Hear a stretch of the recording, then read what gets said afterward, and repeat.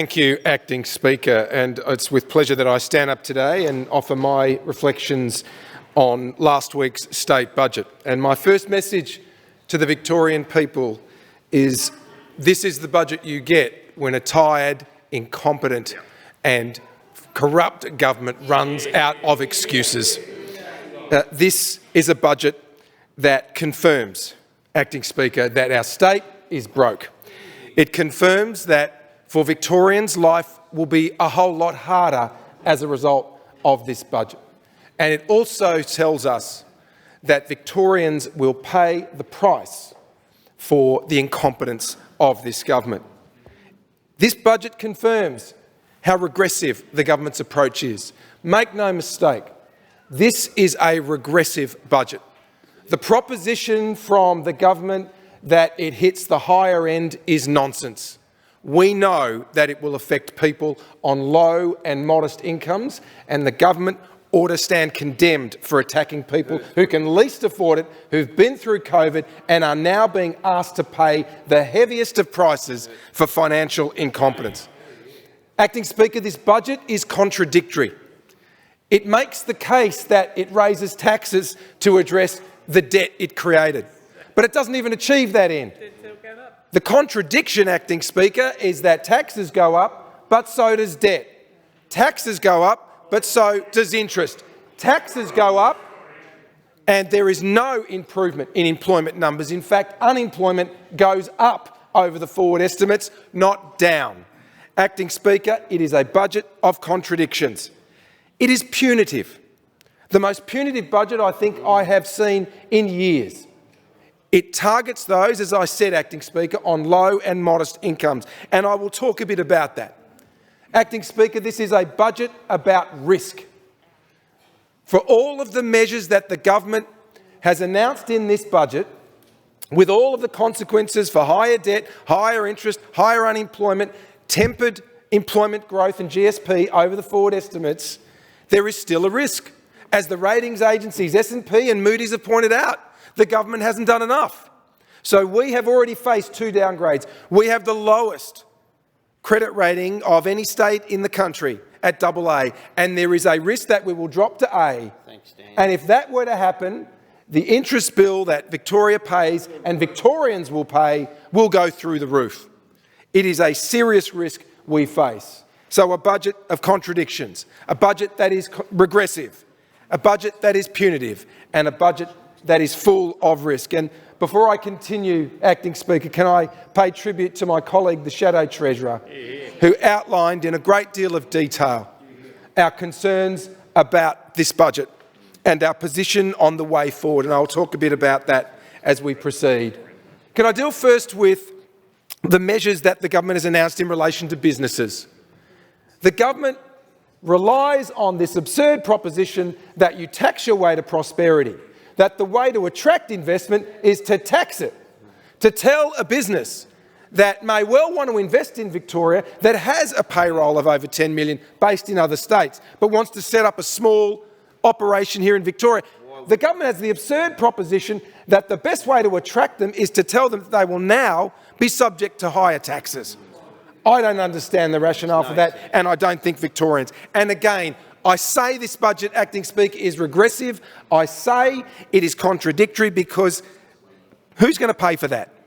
Employees are going to pay for that, who risk losing jobs, the jobs that will be lost, the jobs that will never be created because of the government's absurd reasoning that you attract business by taxing it. The government will aim to raise $1 billion over each year of the forward estimates. Now, think about the reputational damage that is being done to our state by imposing these taxes for $4 billion over the 4 years as part of some so-called COVID debt levy.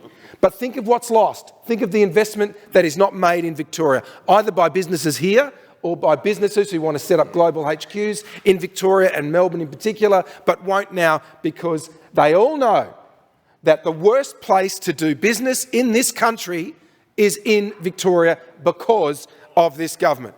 And not only do we face the prospect of businesses either dialing down their businesses or not deciding to invest in Victoria because of the payroll tax increases, but they are having to pay the price of gross incompetence by the member, the Assistant Treasurer, Danny Pearson, who has spent more time on his share portfolio than his ministerial portfolio and has now seen a 42% increase in premiums for businesses facing work cover premiums in this state. Now think about it. The government says the payroll taxes, they affect only the larger businesses, but work cover affects every business, Acting Speaker. And you know what we'd rather do on this side of the House? We'd rather be talking about reform of work cover so that we attract businesses by saying to them, you invest in safety in your workplace, you make your places of work safer for your staff, you get a better premium. You organise the nature of your workplace so that you minimise premium because you're putting a premium on safety, and for that reason you get a lower premium. That's what we want to talk about, because that, as we know from our dealings and our experience in employment, something foreign to those opposite business, something foreign to those opposite, that means a lot. Businesses are sensitive to all manner of costs, and work cover are among their highest costs. So if you can find a way to incentivise them, you attract business. But no, the government wants to slug them, all because a minister was completely out of his depth, totally distracted on his own share portfolio, and didn't see the disaster that was awaiting work cover. But it's no surprise. It's no surprise. Work cover's not the only agency that's deeply in the red. Homes Vic, in the red. Victorian Managed Insurance Authority, in the red. Victorian Building Authority, in the red. They're all in the red. CFA. So there's no surprise here. Most government agencies are insolvent, and were they businesses, they would be wound up. That's the seriousness of the situation we face at the moment. So the government's idea that this is targeted to the top end of town and small businesses won't pay for it, they will. They will, because we know that small businesses depend for supply, for customers, for patronage from middle-sized and larger businesses. And if they scale back, they pay the price, their staff pay the price, and their families pay the price. So the government, to clean up its own mess, is going to punish people who had nothing to do with it, and people we need to drive prosperity in this state, and they are attacking them. Doesn't only stop there. We know about property taxes too. The government says that its land tax extension, by lowering the land tax-free threshold down to $50,000, is going to capture, wait for it, the big end of town. The big end of town. Well, let's see who it's really going to cover. It's going to hit people on low and middle incomes who invest their savings in their own choice of a nest egg. Let's remember, Acting Speaker, most people who have an investment property own only one extra property, and a third of all investors, you know what? They earn under $100,000 a year. And that's around 1/5 of the Premier's salary. And he wants to slug them for more land tax? That is unfair. But it's actually worse than that, because the government's claim that, you know, this is something we need to do, and these are people reaping profits from their land without actually paying their price. Let's understand. People make all sorts of choices about their retirement and the nest eggs for their family. Correct. Some people put money in super. Some people put money in shares. It might be some other asset class that they put their money into, Acting Speaker. But you know what? Many people decide to put their savings into a piece of property because it makes them feel safe. They can see it. They can touch it. They don't want to rip off their tenants. They just want something that they know will give them an income stream when they can no longer work, or if they get injured, or if they suffer an illness that takes them out of the workforce and they can't earn any money. And the government wants to tax them. These people, a nurse in Cranbourne or a fiery in Melton, these are the people who have to pay for the gross incompetence of the government. And then what made it worse, Acting Speaker, was the Premier last week saying that you can get a tax deduction. A message for the Premier. A tax deduction is not a reimbursement. Someone ought to tell the Premier that. And it's not the driver of investment decisions, whether it's by private investors or corporate entities. They don't make decisions on what tax deduction they can get. They want to know what income they can derive from an activity or an action. So it just goes to show the government doesn't even understand the nature of the reforms it's implementing. Independent schools. I don't know where to start with this. Historically, governments, federal and state, have always stayed away from levying payroll tax on independent schools. Why? Because we don't believe in taxing education in this way. Why? We don't believe in punishing choice. Right? We respect that. That is a value that is core amongst the values we stand for on this side of the house. And it's not about affluent people who have all the money they could ever want. It's not about that. They'll always be able to look after themselves, Acting Speaker. This is about the families who are struggling, but make a decision to sacrifice so many other things in life that they could enjoy, to sacrifice it so they can put their hard-earned money into the education of their children. And this government wants to tax them for that because we all know they're going to pay for it. It is a demonisation of choice.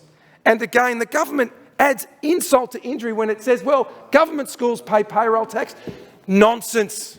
Again, the Premier displaying his complete ignorance of how his own government operates. Government schools don't pay payroll tax. It's an internal accounting treatment and does not lead to any net transfer of equity in the consolidated accounts of government. It stays within the system of government. So it's built on a lie. This attack on choice, on independent schools, is built on a lie. Surprise, surprise. We will stand with families. And I say, as my second message to Victorians today, Acting Speaker, to Victorians, we will always respect your choice. Where you want to send your children, we will support the education of your children. Acting Speaker, that is why the Shadow Treasurer today announced in his remarks earlier that we will oppose these tax measures. And not only will we oppose these tax measures, we will repeal this punitive tax on education, a tax on schools. And we say to the sector, we say to parents, and we say to hundreds of thousands of students, we stand with you, and in this place, we're the only people who stand with you on this measure. The budget also, Acting Speaker, fails to address urgent challenges. What is the government doing on the Commonwealth Games?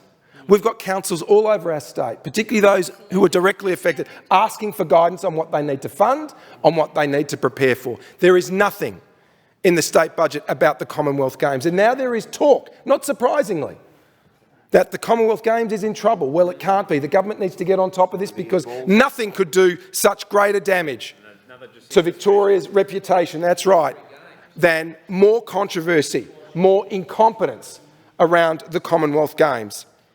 In health, we've seen the budget reveal the lie that the government went to the Victorian people with. It made commitments and in this budget has failed to meet them. It's failed to honour its promise to deliver on those commitments, and less than 8% of what it promised is committed in this budget. And some other nasty, uncalled for surprises. To timber families across our state, let me say to you, we stand with you and how you have been treated. This government has treated you appallingly by not giving them any notice of what's happening, with no plan for the future of that industry, with no real plan for the support they will get as they struggle with the consequences of now knowing that they have 6 months to go in what was a 6 or 7 year transition plan to take them through. They've got nothing to plan for and they have no assistance from a government that is callous towards them. Just cut them adrift. Families who are now vulnerable. And the government stands condemned. So, Acting Speaker, there's so much more I could say, but I'll finish with this. What Victorians needed from the government right now was a vision for our future. What is going to attract businesses to either invest here that are already here, businesses that should come here or might come here if we create the right ecosystem for them. A vision for what our energy needs look like in the future and how we're going to meet them.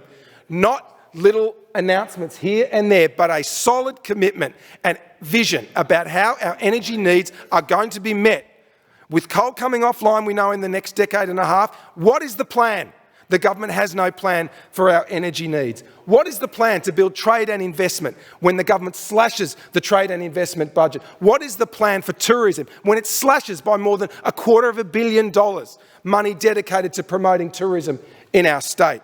It is a government that is out of ideas. It is a government that is out of puff.